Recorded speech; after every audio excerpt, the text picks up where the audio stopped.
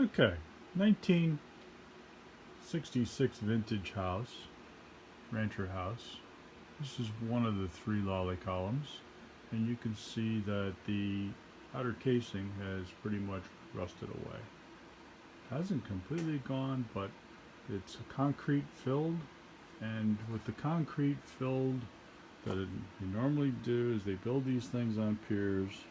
The pier is below the floor. Of course, they float the floor in after the house is put together. That covers up the pier and the footer, and then it has wicked up the moisture. Back then, they didn't put any kind of moisture barriers on the ground before they put down the pour.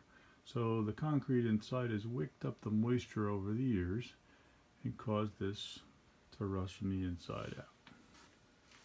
And the top of it is bolted to the I-beam that holds the house up. And there's a steel I-beam there, and it's bolted in. So this may have been welded in place for a length when it was built, or it may have been purchased. I don't know. It's been painted with epoxy paint, and over the years the label has disappeared, of course, if there ever was one. So we need to change this. So even though the concrete will hold the vertical weight, the steel is supposed to do the support too. The concrete is to stabilize it, and it's time to replace that. So we're going to replace it, and we're going to cut it clear down there. But before we cut it, we're going to support the girder holding up the house with a jacking post. That's more than adequate. However, it is not rated to be a permanent installation. These adjustable jacking posts just can't take lateral vibration should we have a seismic event.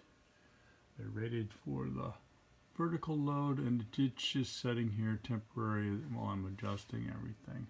So what we're going to do is we're going to jack the house, take the weight off this connection, and then once that weight is off that connection, we won't have to lift it much, maybe a 1/16 of an inch.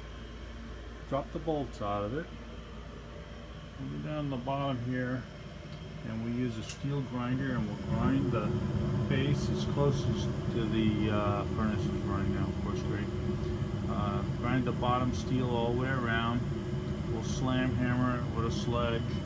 That'll crack the concrete, and we'll remove it. And then we'll grind the base, and we'll smooth it out and make it level with both a metal right angle grinding wheel, and then maybe a concrete wheel if we absolutely need to. Alright, so that's where we're at. 1966, it lasted this long, and it is now 2020. So the first thing we're going to do is we're going to use this jacking post, this temporary jacking post, and we're going to lift the weight off this permanent post. We don't have to take much, maybe a 1/16 of an inch. And we'll separate just a little bit, take the weight off this bad post, and we may actually put another post a little bit further over, maybe with a bottle jack, and we'll have more than enough support for the house while we make the repair. Then we're going to take a steel grinding wheel. We're going to grind the bottom all the way around, close to the floor. Then we'll take a sledgehammer and slam into it. That'll break the concrete. Take this post out. If we have to, we'll cut the post in a section to take some more pressure and make it give. And we'll remove it. We'll grind the floor. We'll grind the metal that's remaining. We're going to be right on top of the original footer, so we don't need to have any kind of engineering specifications, because we know it's already capable and was already approved. There's a footer down below the floor where it was floated over. back when they built the house. And then we'll cut the new one to length after we grind the floor smooth. Cut the new one to length with the bottom plate, and then put a top cap. And what we'll do is then we'll weld the top cap to the new post just like this one was, and bolt it in place. And then we'll lower the house, and we'll repeat it on the other two. This is the worst of the three. Used to be a very high water table in this area. Although the basement has never been wet, the high water table and no moisture protection barrier under the pour and underneath the footing.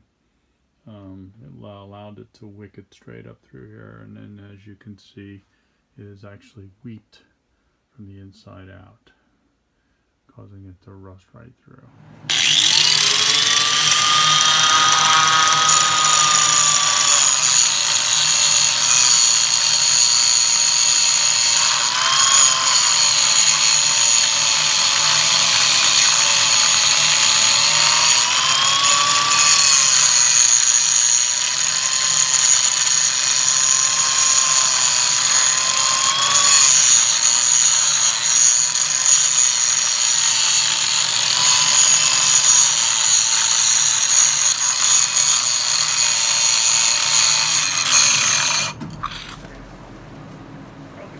Stuck now. Might have to go. I'm recording. Shouldn't take much.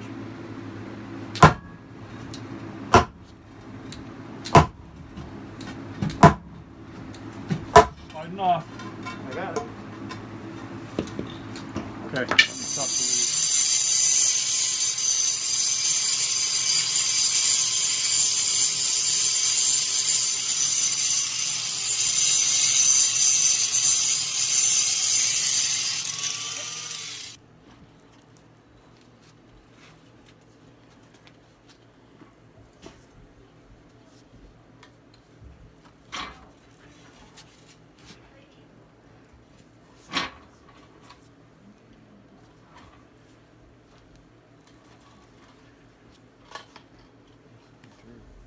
That's it. There you go, I got a pole. Something new to pound on. There ain't no grinding there.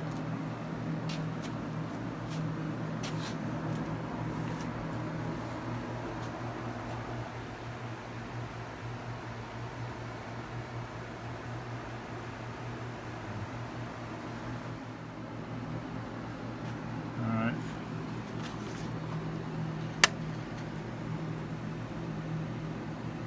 Yep.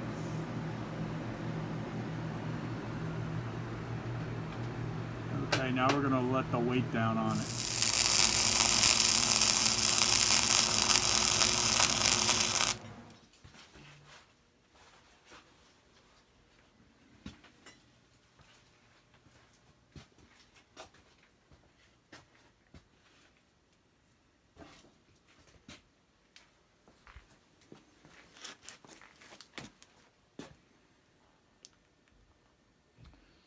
Okay, the only thing left now is I have to get this bottom plate anchored into the concrete, and that's for another day.